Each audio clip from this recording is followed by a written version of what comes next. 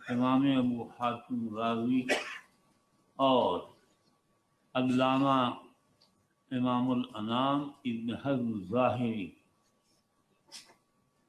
فرماتے ہیں اعمال وزن کیے جائیں گے.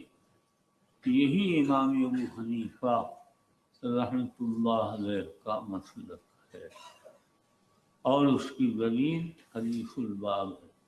کلمتان حبیبتان الی الرحمن خفیفتان علی اللسان ثقیلتان فی المیزان.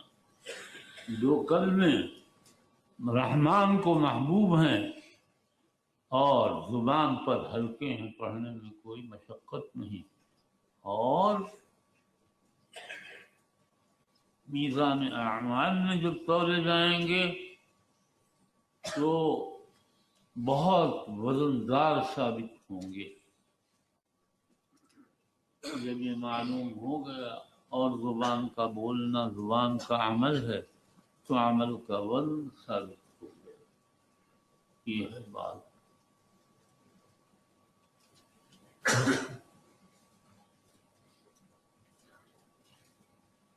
نمبر 2، بعض کہتے ہیں صحائف اعمال وزن کیے جائیں گے. اعمال کا صحیفہ، نامہ اعمال، یہ وزن کیا جائے گا. اس کی دلیل حضرت عبداللہ بن عمرو بن عاص رضی اللہ تعالی عنہ روایت ہے جو امام احمد ترمذی حاکم وغیرہ نے تخریج فرمائی ہے. ان اللہ سیخلف رجلا وینشر علیہ تسعۃ وتسعین سجلا كل سجل مثل مد البصر فيقول أتنكر من هذا شيئا؟ قال لا. قال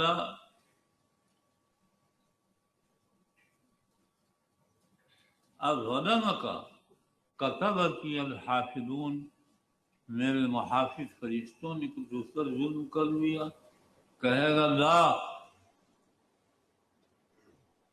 پھر فرمائیں گے اس رحمان ذات کی طرف سے جو مرکز رحمت ہے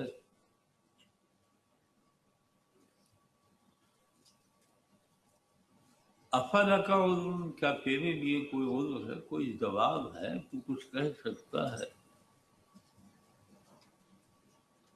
وہ خاموش ہو جائے گا اور کہہ دے گا نہیں. اور اس وقت رحمت الہی کا سمندر موجیں مارنے لگے گا اور ارشاد عالی ہوگا بلا ان لک عندنا حسنہ، ہاں ہاں تیرے لیے ہمارے پاس ایک نیکی ہے. اور ایک کاغذ کا ٹکڑا اس پلڑے پر ڈال دیا جائے گا جس میں نیکیاں تولی جا رہی تھیں اور وزن کم ہو گیا تھا. بس ثقلت البطاقہ وطاشت السجلات، وہ کاغذ کا پرچہ ثقیل ہو جائے گا اور دفتر کے دفتر بے وزن ہو جائیں گے. یہ ایک قول ہے. اور اب میں بہت تھک گیا ہوں، بہت پھیلانے کا وقت نہیں. تیسرا قول یہ ہے کہ اصحاب اعمال تولے جائیں گے. بخاری شریف میں ہے ابن مسعود کی حدیث، انه لیاتی الرجل العظیم السمین یوم القیامت ولا یزن عند اللہ جناح بعوضۃ. یہ موٹا تگڑا انسان قیامت میں لایا جائے گا اور ایک پر پشا مچھر کے پر کے برابر بھی وزن نہ ہوگا. لیکن محققین علماء فرماتے ہیں کہ اس سے بیان تحقیر مراد ہے، حقیقت بیان کی مراد نہیں ہے. اس کے بعد پھر آگے سوال یہ ہے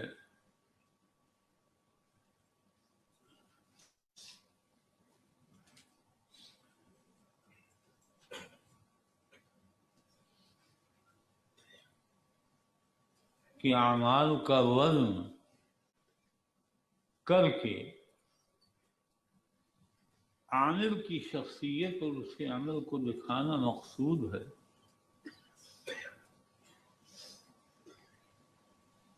یا اور کچھ؟ جواب یہ ہے کہ عامل کی شخصیت کو دکھانا ہے اور کلمہ شریف کی اہمیت کو بتانا ہے۔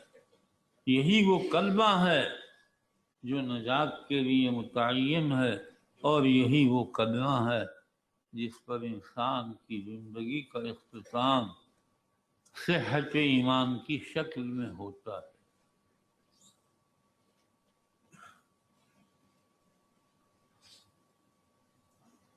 اب یہاں بہت سے جھگڑے ہیں، کس کے اعمال تولے جائیں گے، فرشتوں کے اعمال تولے جائیں گے کہ نہیں، انسانوں کے علی وجہ العموم اعمال تولے جائیں گے یا بعض لوگوں کے تولے جائیں گے، بعض کے نہیں۔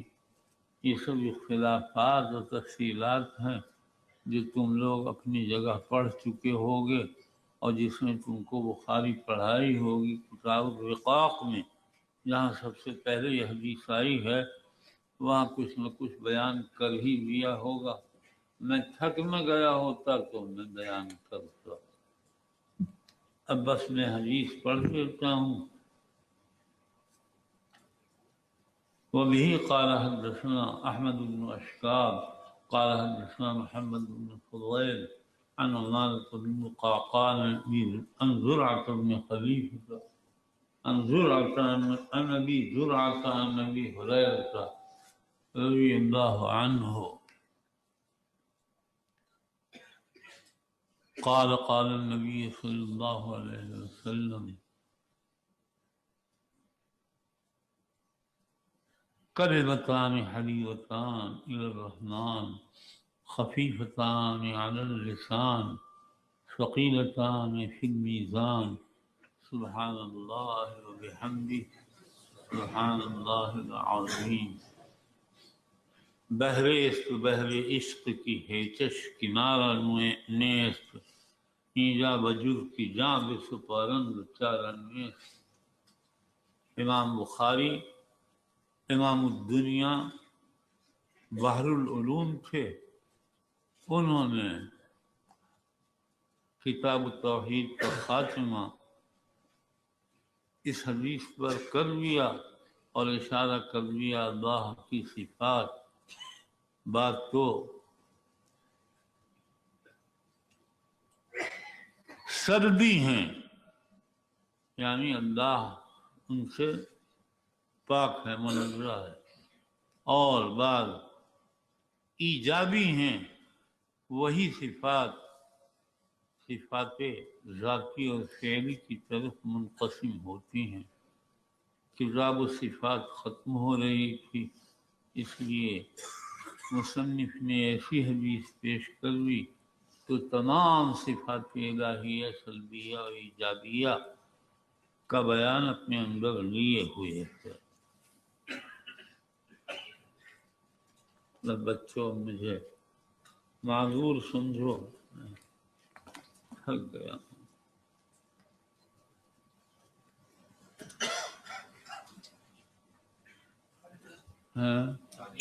نہیں،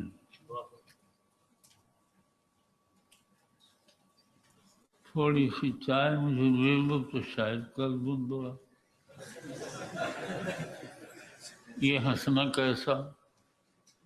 بہت ہی جاہل لوگ ہیں آپ لوگ۔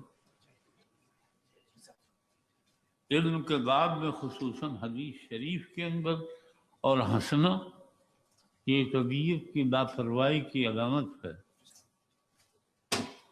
پہلے بھی میں ٹوک چکا ہوں، پہلے سالوں میں، آپ لوگ اپنی اصلاح کیجیے۔ میں تو سبق میں شاید 2 مرتبہ ہنسا ہوں، میرا ہنسنے کا مزاج نہیں تھا۔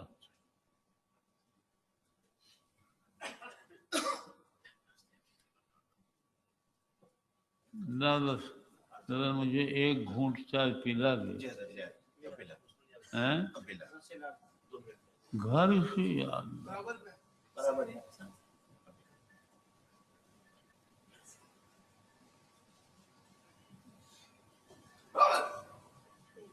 میں چھوٹا سا تھا، مغرب بعد نکلا، لڑکے ایک لالٹین لیے چاروں طرف سے گھیر بیٹھے ہوئے تھے.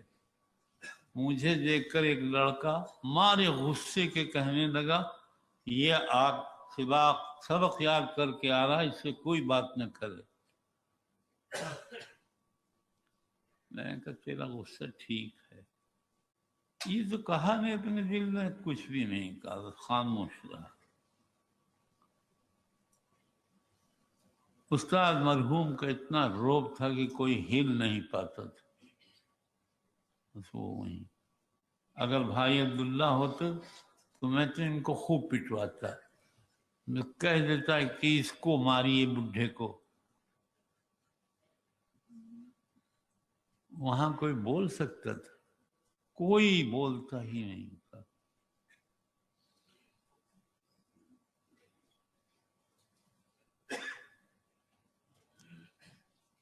بچے میرے درد ہو رہا ہے، تھک گیا.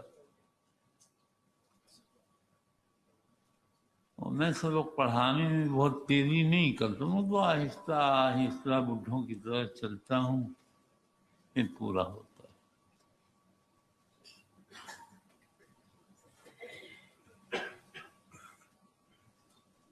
اب اس کے بعد کہاں چلنا؟ دیکھو میں لمبی دعا نہیں جانتا تبلیغی، میں چھوٹی دعا کرتا ہوں تعلیمی. اور یہ تبلیغ کا میدان نہیں ہے، یہ تعلیم کا میدان ہے. اسی کے آداب کی رعایت کرو. اور حدیث نبوی ان رسول اللہ صلی اللہ علیہ وسلم کان یحب الجوامع من الدعا. حضور صلی اللہ علیہ وسلم مختصر حدیثیں جو جامع الکلمات ہوں انہی کو پسند فرمایا کرتے تھے. اور گجراتی جھگڑے بس یہ چاہتے ہیں کہ چیختا رہے آدمی اور دعا کرتا رہے. یہ سب میرے سے ہوتا نہیں بھائی، نہ میں اس کمپنی کا ہوں. میری کمپنی طلبہ کی ہے. تبلیغیوں کی کمپنی تو ہوتی ہے چیخ چاخ شور شغب کرتے رہتے ہیں.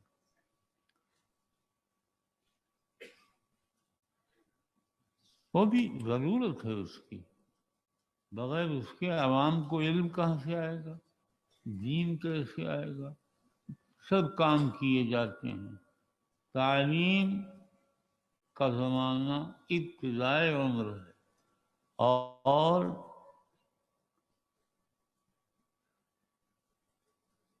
تبلیغ کا زمانہ بڑھاپا تو نہیں، یعنی ابتدائے عمر کے بعد کا زمانہ ہے. اس کے اندر گنجائش ہے. اور ان لڑکوں کو ادب سکھاؤ، بے ادب کچھ آتا نہیں ہے.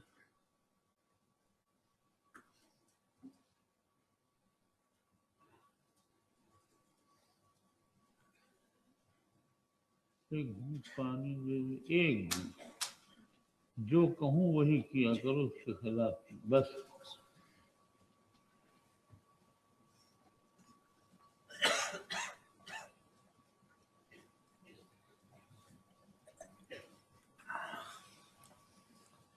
اب یہ لڑکے کہتے ہوں گے ہم تو سوکھے منہ بیٹھے ہیں اور خود اب چائے پئیں گے.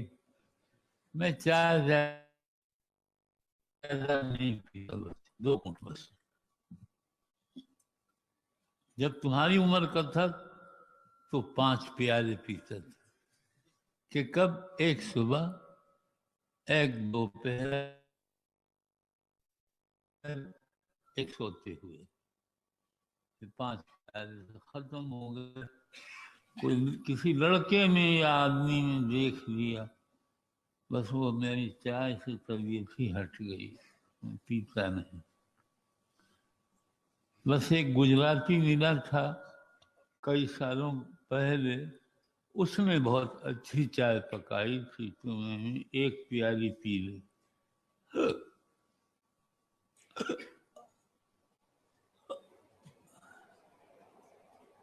یہ کیا چیز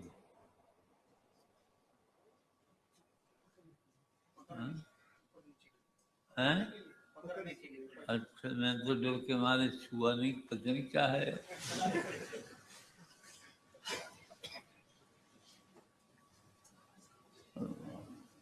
اتنی دیر کم چائے پکانے میں۔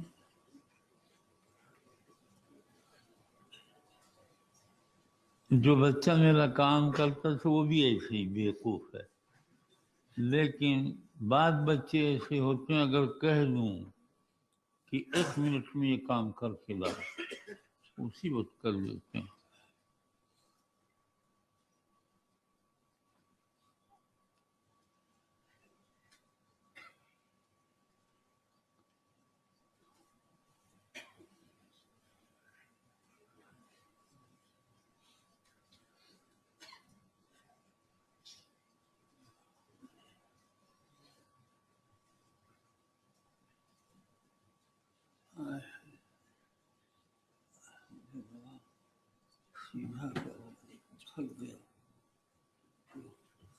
پاؤں میرا کام نہیں کر رہا ہے،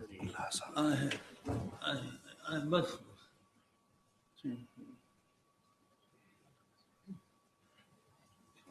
یہ کیا چیز ہے؟ چھوڑو نہیں چاہیے، گجراتیوں کو یہ سب باتیں اچھی لگتی ہیں، نہیں بس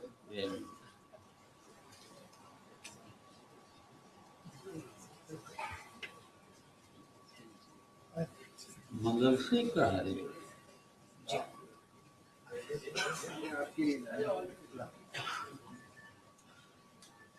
بہت دیر کروں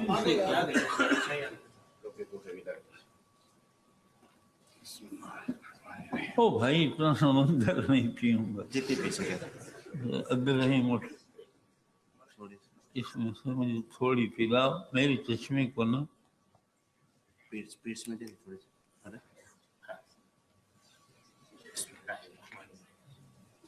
بس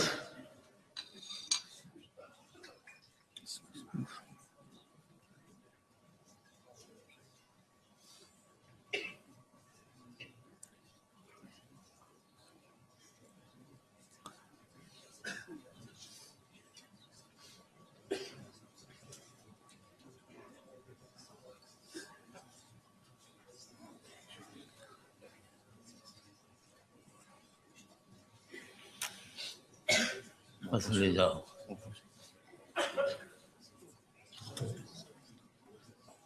بس تم لوگ پی لو، میں عبداللہ کو دے دو۔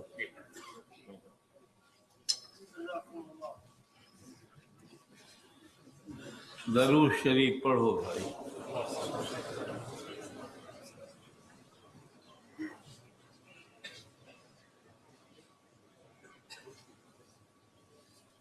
بھائی بچوں استغفار پڑھو، سب کے سب۔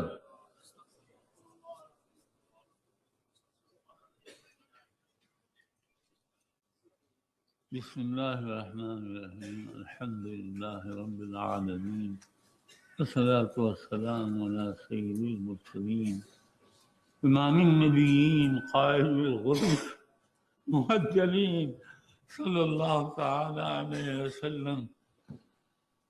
ربنا ظلمنا انفسنا وان لم تغفر لنا وترحمنا لنكونن من الخاسرين، رب اغفر وارحم وانت خير الراحمين، اللهم مغفرتك اوسع من ذنوبنا ورحمتك ارجى عندنا من اعمالنا، اللهم وسعت رحمتك خلقك فارحم برحمتك هذه علينا وجميع المؤمنين، اللهم ارحمنا المسلمين جميعا وألف بين قلوبنا وأصلح ذات بيننا وانصرنا على عدوك وعدونا، اللهم خالف بين من يخالف الإسلام ويعادي أهله، ومن كان مسالما فلا نتعرض عنه اللہم یا ارحم الراحمین، ہم سب کی مغفرت فرما، ہمارے والدین کی، ہمارے اساتذہ کی، ہمارے تلامذہ کی، ہمارے متعلقین کی، محسنین کی، اور تمام امت کی مغفرت فرما، سب پر رحم فرما، سب کی پریشانیوں کو ختم فرما، سب کو زندگی میں عافیت نصیب فرما، جسمانی عافیت بھی، روحانی عافیت بھی، اور ایمانی عافیت بھی۔ یہ ایک ایسی چیز ہے جو میرے منہ پر آ گئی۔ جسمانی عافیت تو جسم کا بلاؤں سے محفوظ ہونا ہے، روحانی عافیت روح کا خلاف سنت کرنے سے محفوظ رہنا ہے، اور ایمانی عافیت یہ ہے کہ آدمی ایمانیات کے سلسلے میں خلاف قرآن و حدیث کو عقیدہ نہ رکھے، جو قرآن و حدیث میں آیا ہے اس پر ایمان رکھے اور اسی کے مطابق اپنی زندگی کو بنائے۔ بہت بڑی چیز ہے یہ صفات الہیہ، اس دریا کو میں کھولنا نہیں چاہتا، یہ بہت ہی خطرناک دریا ہے، اس سے بچنا چاہیے۔ بس جو قرآن حدیث میں آ گیا اس پر ایمان لاؤ، آگے اپنی طرف سے بحث نہ کرو۔ میں اتنا بڑا تھا کہ اللہ کی قدرت عجیب غریب ہے۔ اللہ پاک اگر جو ہے چاہیں تو ایک انگلی سے یہ کام ہو جائے، پھر ترقی کی انگلی کی ضرورت نہیں ہے، ناخن لگا دیں تو بھی ٹھیک ہو جائے گا، اور اس کی بھی ضرورت نہیں، اشارہ کر دیں تب بھی ٹھیک ہو جائے گا۔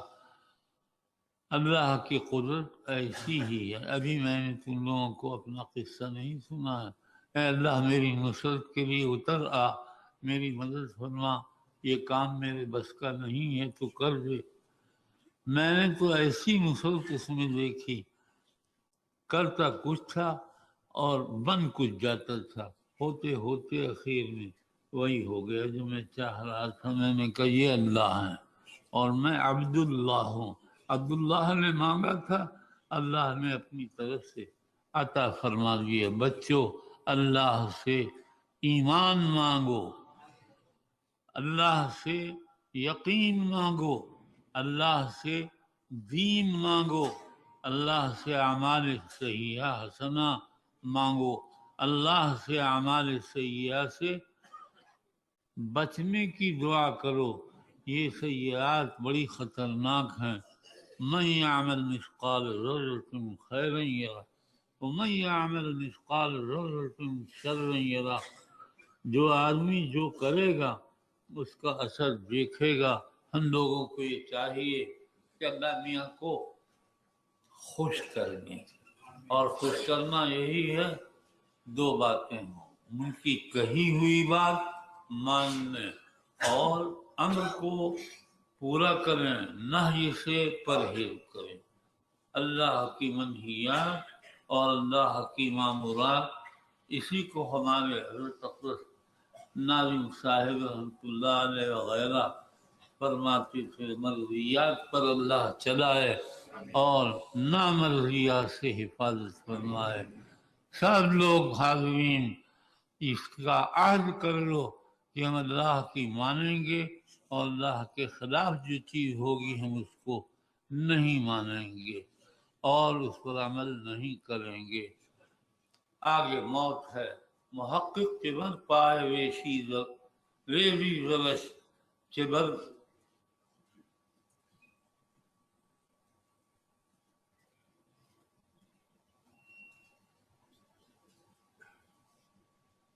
کہ شمشیر ہندی نہیں برسرش، امید و حراسش نباشد لکش، بنی نسل بنیاد توحید و بس۔ بس اللہ پر بھروسہ کرو۔ میں ایک جگہ سے رات میں گزر رہا، اور وہ جگہ ایسی کہ وہاں سب سانپ رہتے ہیں، اور میں اکیلا، میرے پاس لاٹھی نہیں، میرے پاس ٹارچ نہیں۔ میں نے کہا بھائی جو مقدر ہے وہ ہوگا۔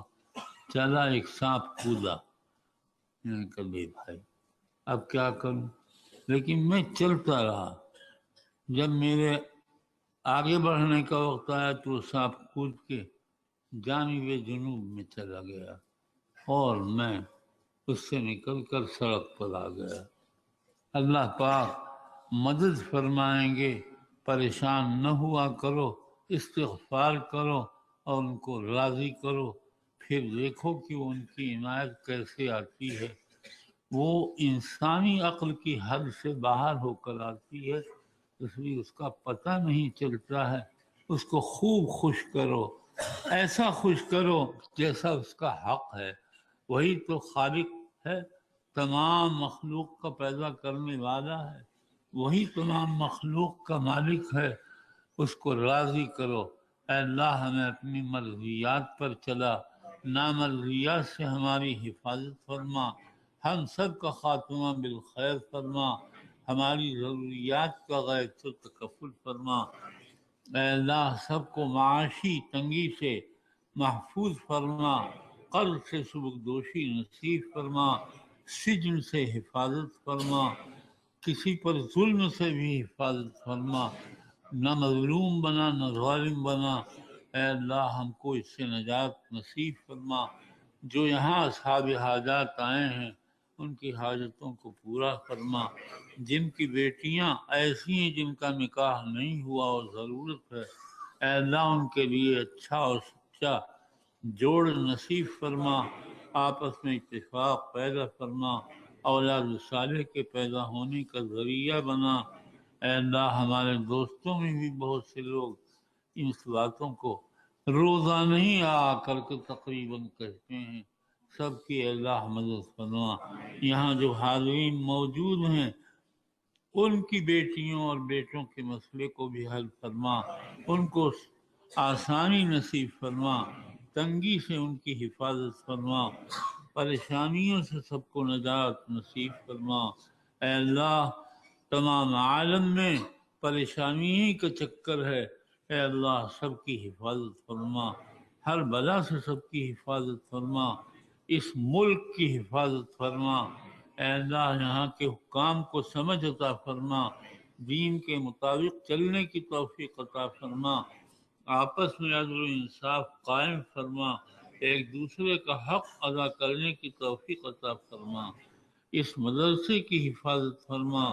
اے اللہ ہمارے ملک کی بھی حفاظت فرما، ہندوستان میں آئے دن تنگ دستی و پریشانی رہتی ہے، اے اللہ سب کو دور فرما، اور وہاں کا جو تخریبی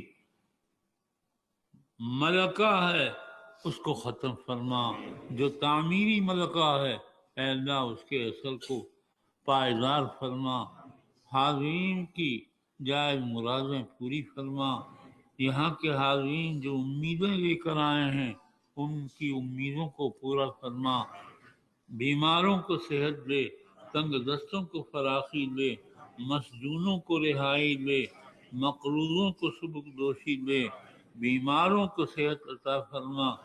اے اللہ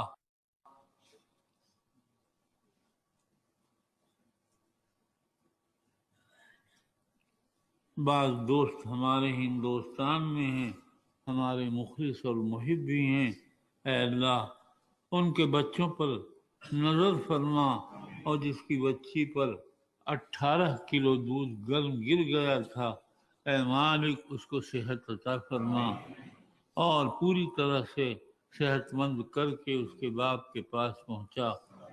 اسی طرح یہاں اس ملک میں جس کی کوئی پریشانی ہو اللہ اس کی سب پریشانی دور فرما، ان مدارس کی حفاظت فرما، مساجد کی حفاظت فرما، مقابر کی حفاظت فرما، شاعر اسلام کی حفاظت فرما، مسلمانوں کو بھی سمجھ نصیب فرما، سمجھ کے ساتھ کام کرنے کی توفیق عطا فرما، غلطیوں سے حفاظت فرما، اے اللہ گناہوں سے ہماری حفاظت فرما، اپنی نافرمانیوں سے ہماری حفاظت فرما، ابلیس کی چال سے ہم سب کو محفوظ فرما۔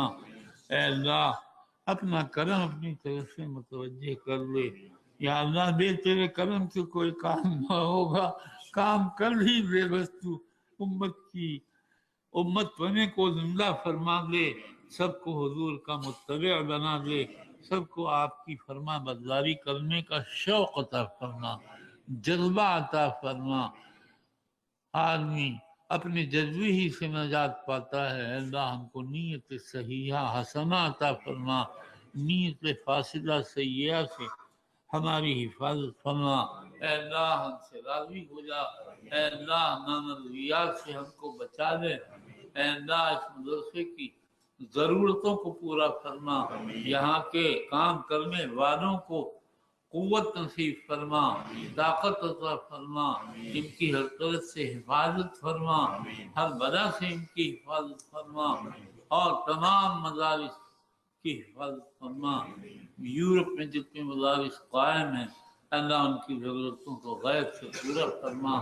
اے اللہ مسلمانوں کو قوت عطا فرما، مال عطا فرما، شوکت عطا فرما، جو مال و قوت کے زور سے ان پر ظلم کرتے ہیں ان کے ظلم سے بچا لے، اور ان لوگوں کو توبہ کی توفیق عطا فرما۔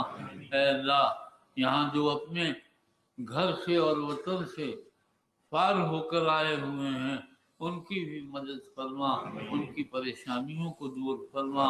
اے اللہ عالم اسلام میں امن قائم فرما۔ برما میں جو قتل عام ہو رہا ہے مسلمانوں کی حفاظت فرما۔ اے اللہ ہر جگہ کوئی نہ کوئی بلا اپنا منہ کھولے ہوئے آ رہی ہے، اے اللہ اس کے منہ کو توڑ دے، اس کے ناک کو شکستہ کر دے، اس کے رخ کو ختم کر دے، مسلمانوں کے رخ سے اس کو ہٹا دے۔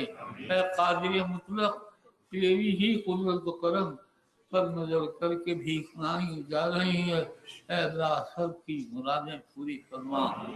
یہاں جن لوگوں نے قرآن کریم پڑھا ان کے پڑھنے کو قبول فرما، جو درس میں شریک ہوئے ان کی شرکت کو قبول فرما، جنہوں نے پڑھا اور پڑھایا ان کے علم میں برکت عطا فرما، مدرسے کی ہر طرف سے حفاظت فرما، اور ہم تجھ سے وہ خیر و خوبیاں مانتے ہیں جو تیری امت کے صلحہ نے مانگی ہے، اہل نبوت سے وہ چلی ہے اور آج تک چل رہی ہے۔